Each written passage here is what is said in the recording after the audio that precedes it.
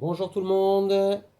Eh bien, après cette vidéo avec tronçonneuse et diverses machines à bois, retrouvons quelque chose de beaucoup plus conventionnel pour le potier.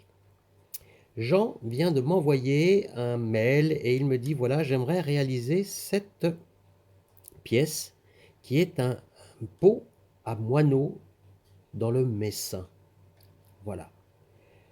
Donc c'est une forme de théière et puis il me pose quelques questions, comment la réaliser. Ben, écoute Jean, c'est plus simple pour moi de faire la démonstration plutôt que de t'envoyer des pages et des pages de mails pour te dire les choses.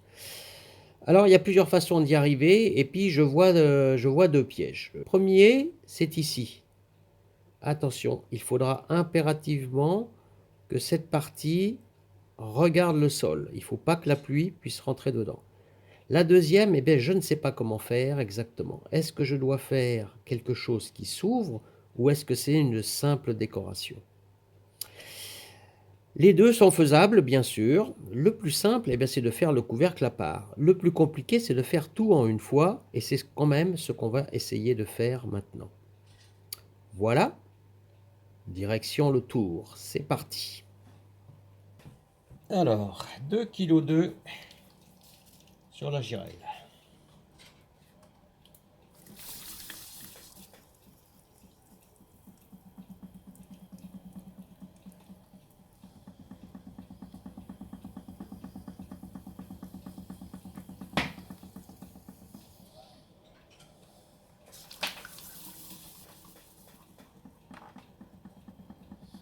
Un petit peu dur, hein, mais c'est normal, 2,2 kg. Et ça dépend de la terre. Et là, ben, la terre, elle n'est pas au plus mou, on va dire. Voilà, mais d'un autre côté, ça va nous aider. Parce que la terre plus dure, ben, se maintient beaucoup plus facilement. Et j'ai le plateau qui chante un peu, il y a un peu de jeu.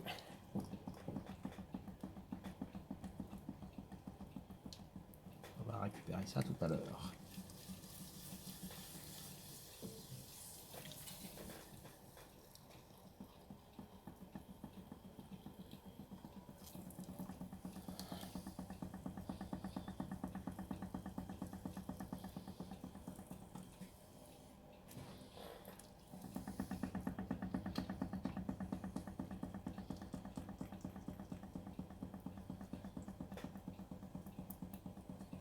J'ai regardé les cotes avant et on a 160 de diamètre. 160 ici à respecter. Donc j'ai préparé aussi l'outil pour pouvoir mesurer ça.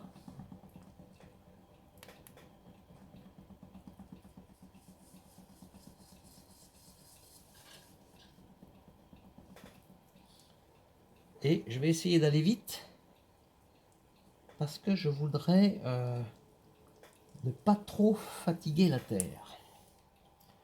Parce que comme je vais essayer de refermer tout en une seule fois, va falloir euh, simplifier quelques gestes, en mélanger, faire une ouverture en même temps qu'un percement, etc., etc. Et ça, on va gagner du temps et on va pouvoir conserver une terre rigide.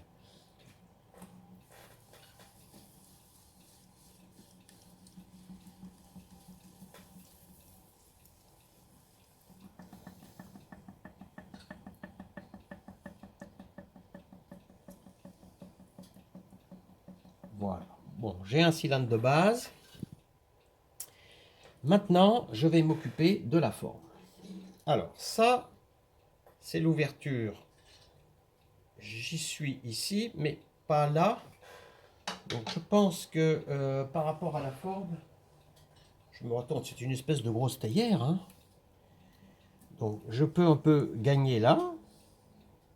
Donc, je rouvre vers le bas.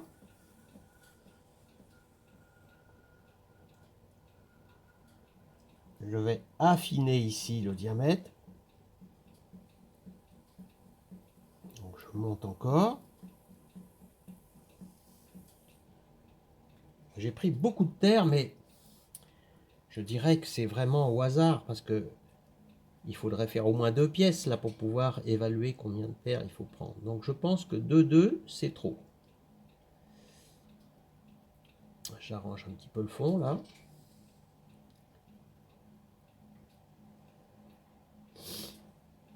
Voilà, parce qu'autrement, l'oiseau va dire, mais c'est quoi ce boulot? Un fond qui est pas plat, moi je peux pas faire le nid, hein.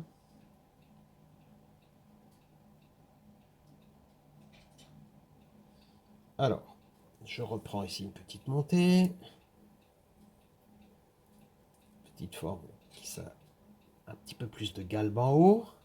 Et vous voyez, je commence à penser qu'il va falloir refermer. Bon, je vérifie le diamètre. Alors là, il faut être un peu plus grand, un peu plus petit à la base, un peu plus grand là que les sens me sont demandés. Pourquoi? Tout simplement, c'est qu'on va perdre au fur et à mesure que la pièce va avancer avec le séchage et la cuisson, on va perdre du diamètre.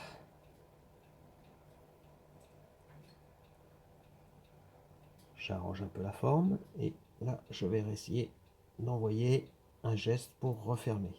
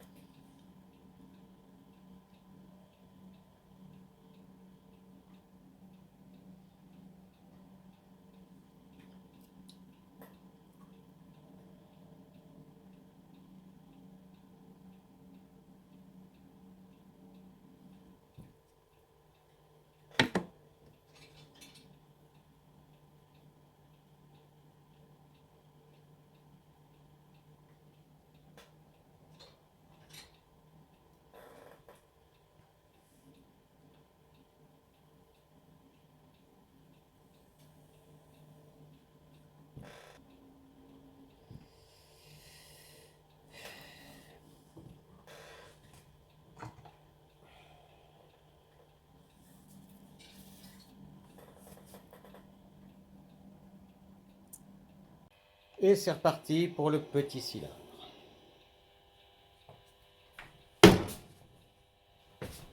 Hop là, je prends une petite boule. Bon, il n'y a pas beaucoup de consignes hein, sur cette histoire-là. Simplement l'ouverture, 4 cm. Alors c'est parti. Un tout petit cylindre sans fond, 4 cm.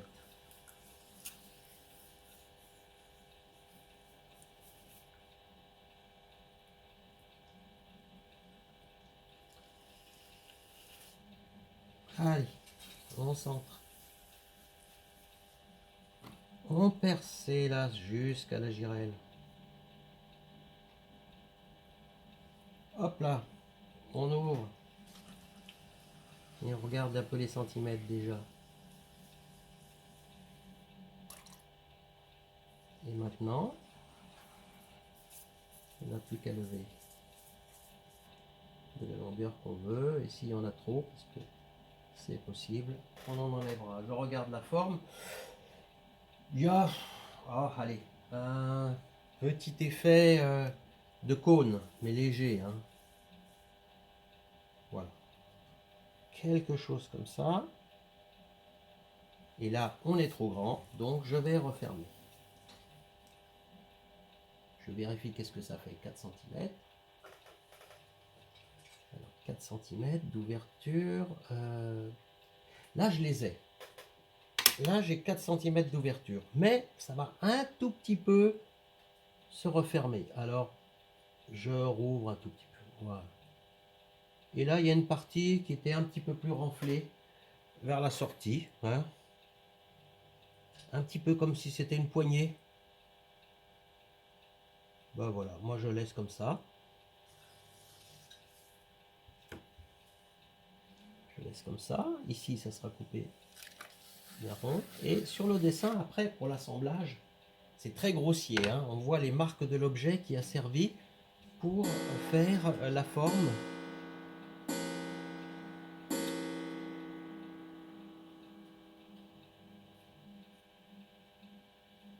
Pour l'assemblage, ça sera très simple.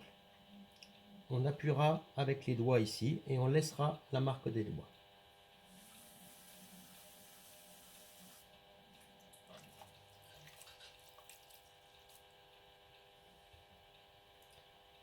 Voilà, rendez-vous au tournassage.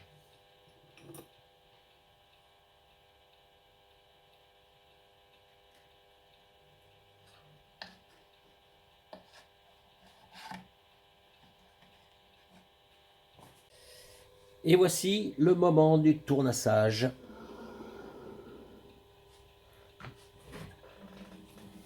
Alors on va tourner ça probablement un petit peu grossièrement.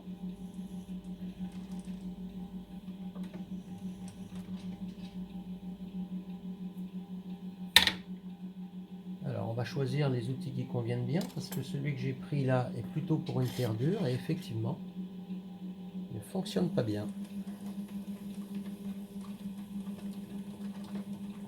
Alors il y a peu de fond là hein, parce que j'avais tout simplement fait un petit peu trop de pression avec mes mains. Donc on va y aller mollo sur cette partie là. Par contre ici on a beaucoup d'épaisseur. Pour la simple raison que la pièce était difficile à faire. Donc il a fallu charger énormément les parois pour être sûr de pouvoir emmener la pièce jusqu'au bout et qu'il n'y ait pas d'écroulement. Alors on peut en enlever.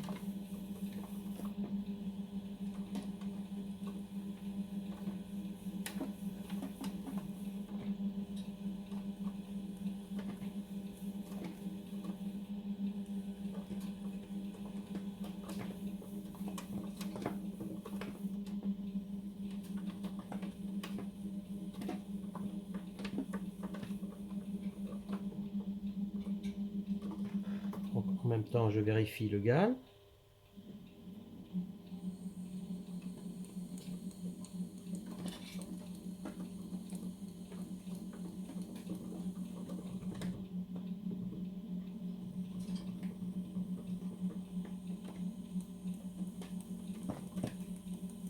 Quelque chose de bien arrondi.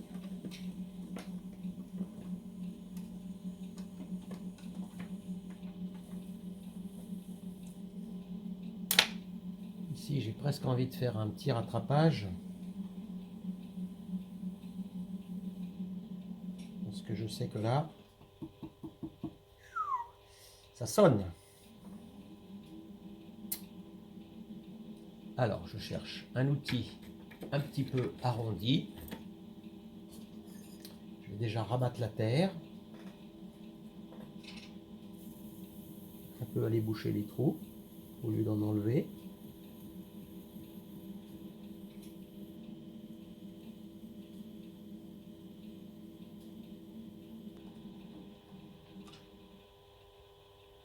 Le fond commence à s'arranger, hein. On a toujours l'impression que c'est désespéré. On va pas y arriver, que c'est foutu. Mais non, mais non, mais non. Il faut toujours s'accrocher. On a plein de combines. Alors la meilleure des combines, hein, ça aurait été de pas trop appuyé au moment du perçage. On va l'arranger encore.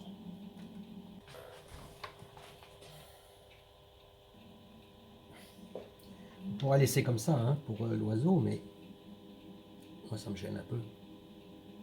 Je fais un petit passage avec une barbotine.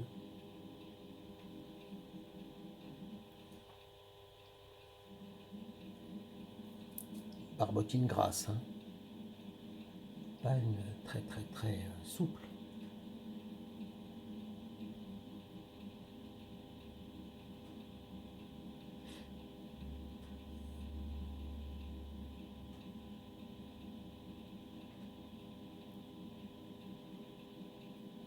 C'est de l'esthétique.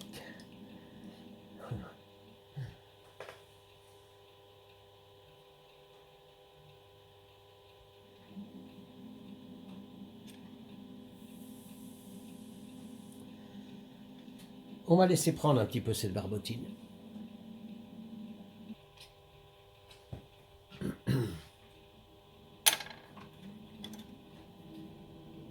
Alors, j'ai fait plusieurs passages avec la barbotine et un passage final avec un outil qui coupe bien.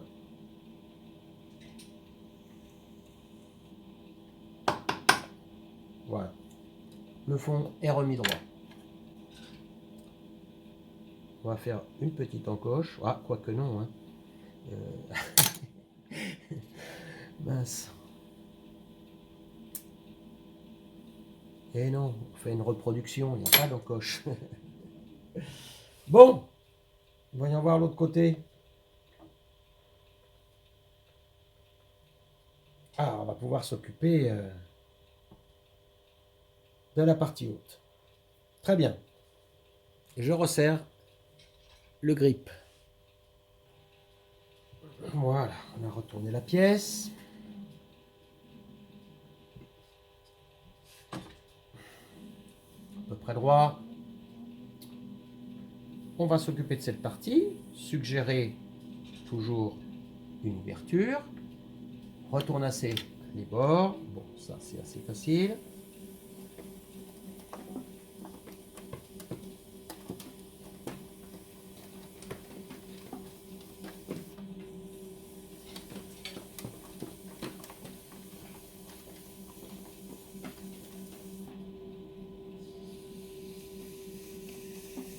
Boule.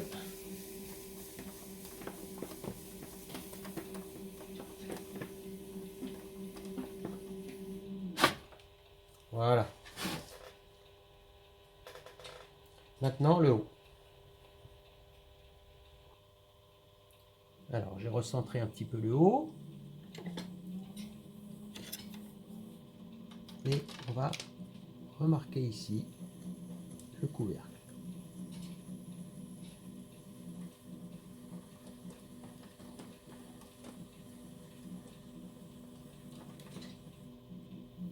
Cette partie arrondie, on va choisir un outil arrondi aussi.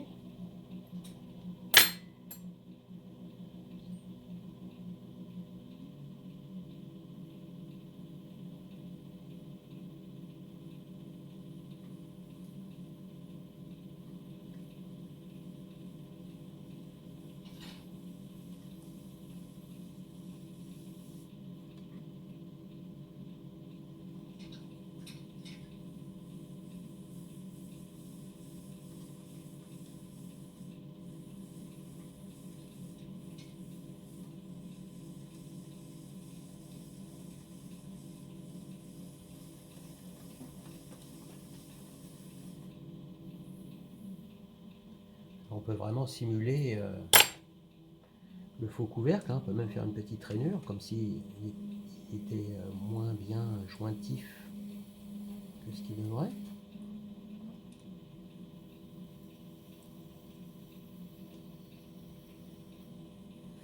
Voilà, et sur le dessin, il y avait aussi une petite encoche un petit peu plus haut. Alors, la petite encoche. Voilà, quelque chose comme ça. Et puis c'est tout. Alors Jean, mes conseils pour faire cette pièce, eh bien fais pas comme moi. Voilà. Ne fais pas une pièce en une seule fois. C'est trop difficile, on obtient quelque chose de très massif. Moi je te conseille de faire une théière normale. Tu tournes après cette partie haute, la fermeture. Tu la poses dessus, tu mets de la barbotine, tu colles le tout et ça marchera très bien. On va maintenant faire la partie extérieure, l'entrée.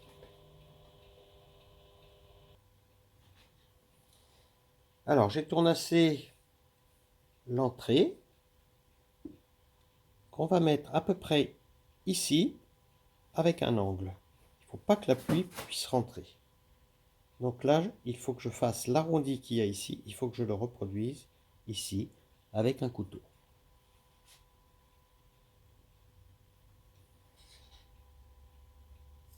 Ça sera quelque chose à peu près comme ça.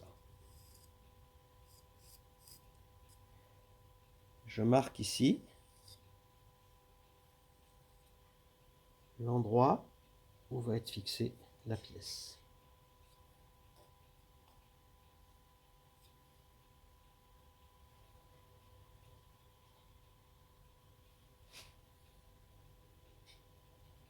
La découpe.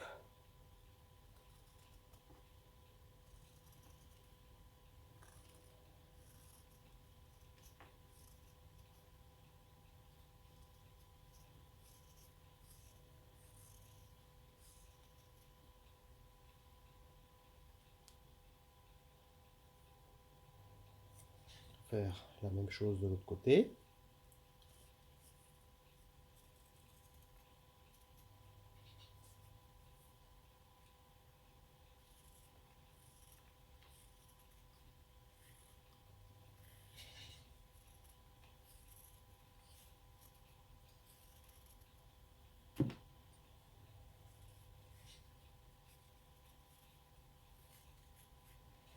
Et après, on ajuste. Ben, ça me semble pas mal, hein. Alors sur le dessin, pour ajuster, ça a été fait simplement avec un colombin. On va laisser comme ça. Et on va faire le trou pour l'oiseau. Croyez-moi, il y a de l'épaisseur.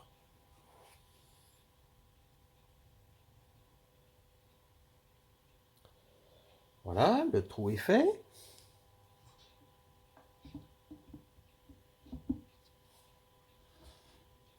La petite pente. Bon, c'est une pièce marrante. Il n'y a plus qu'à guillocher des deux côtés.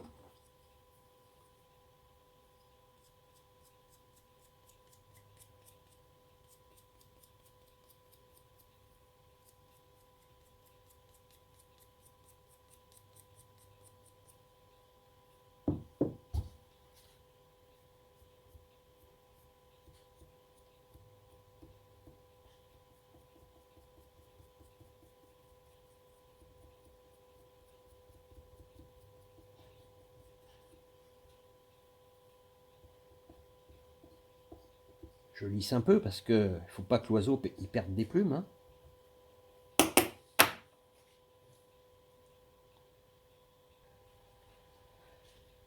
Un petit conseil, avant de mettre la barbotine, comme celle-ci est un petit peu trop molle, je la mets sur une plaque de plâtre. Elle va ainsi raffermir.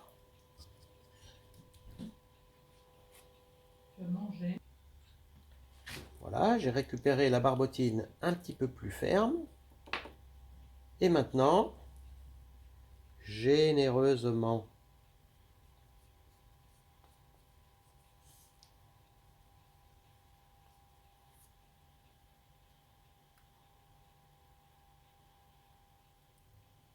on passe partout.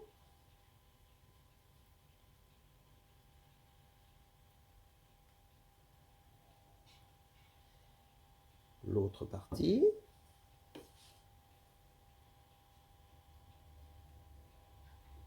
Sûr que ça aille bien dans les petits trous du guillochage.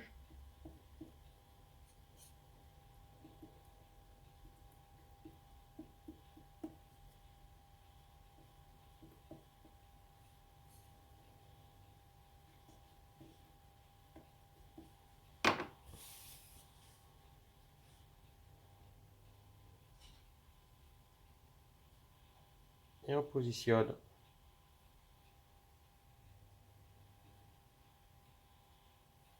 Et voilà.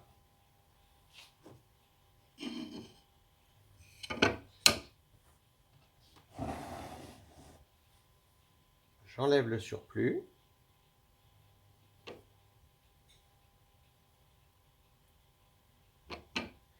Parce qu'il nous reste encore quelque chose à faire.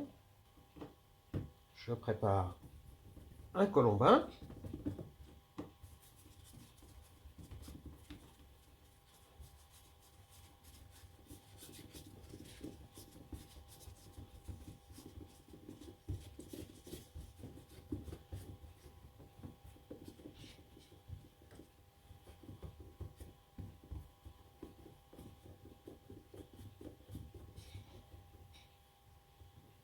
Je vérifie sa longueur.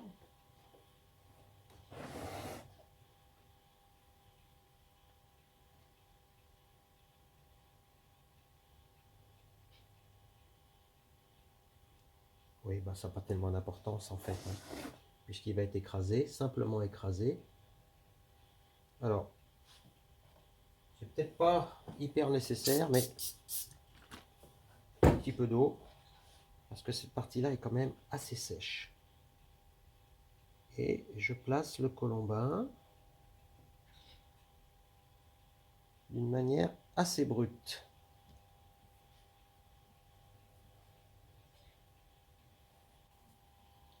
Voilà.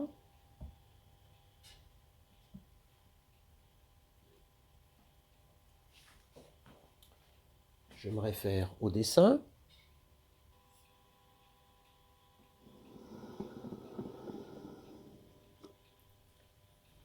Et on voit sur cette partie que le colombin a été écrasé grossièrement. C'est ce qu'on va refaire exactement sur la pièce.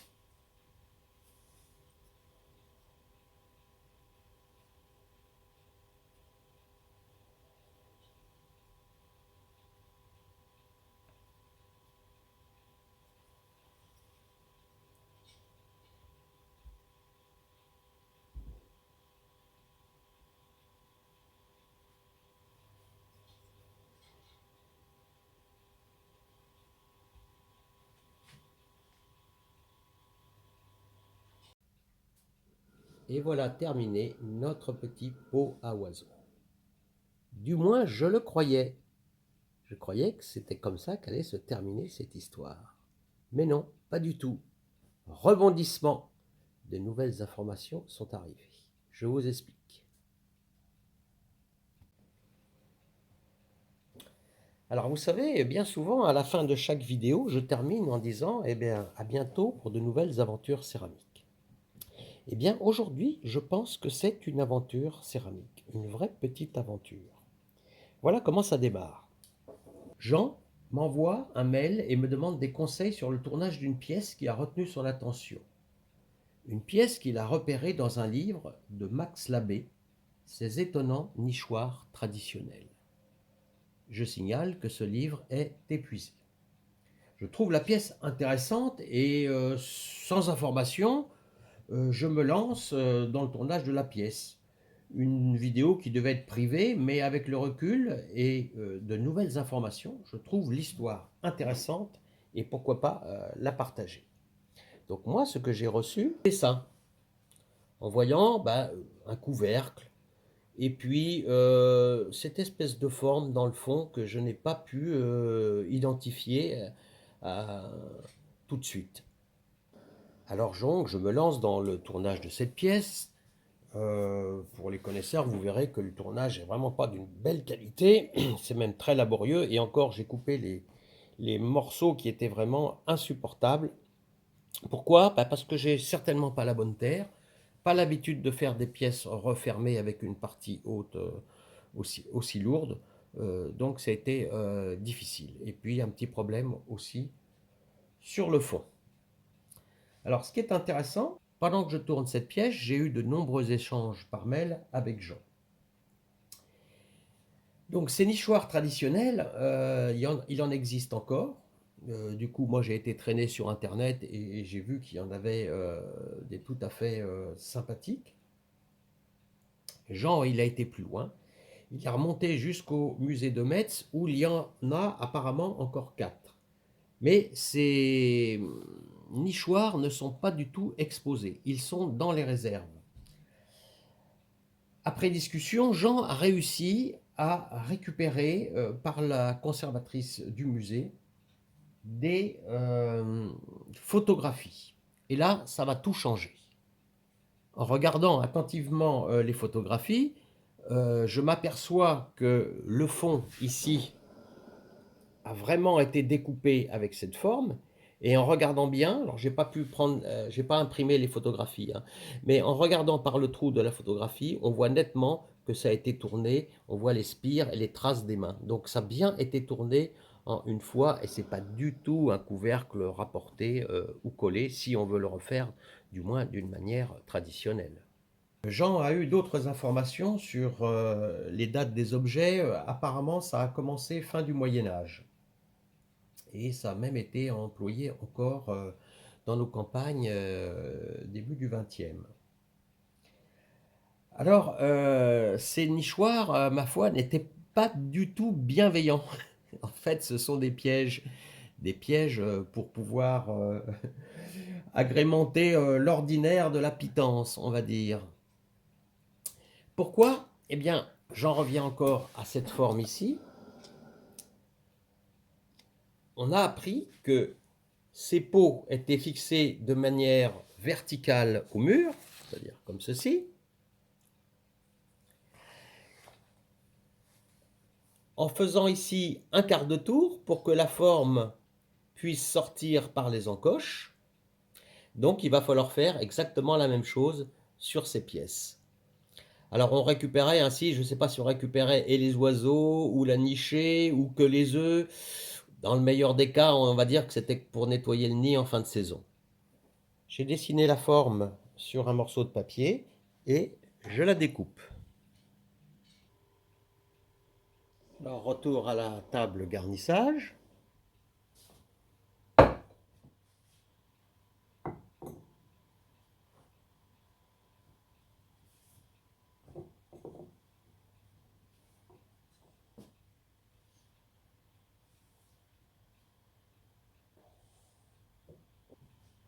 Alors je dépose la forme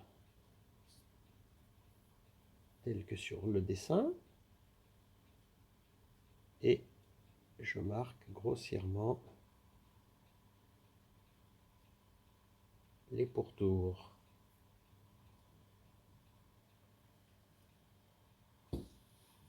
Et il n'y a plus qu'à découper.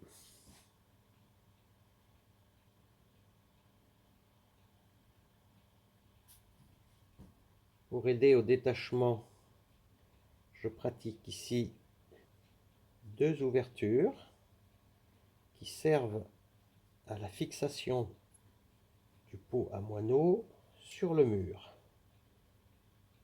Ici, il y aura 2 vis.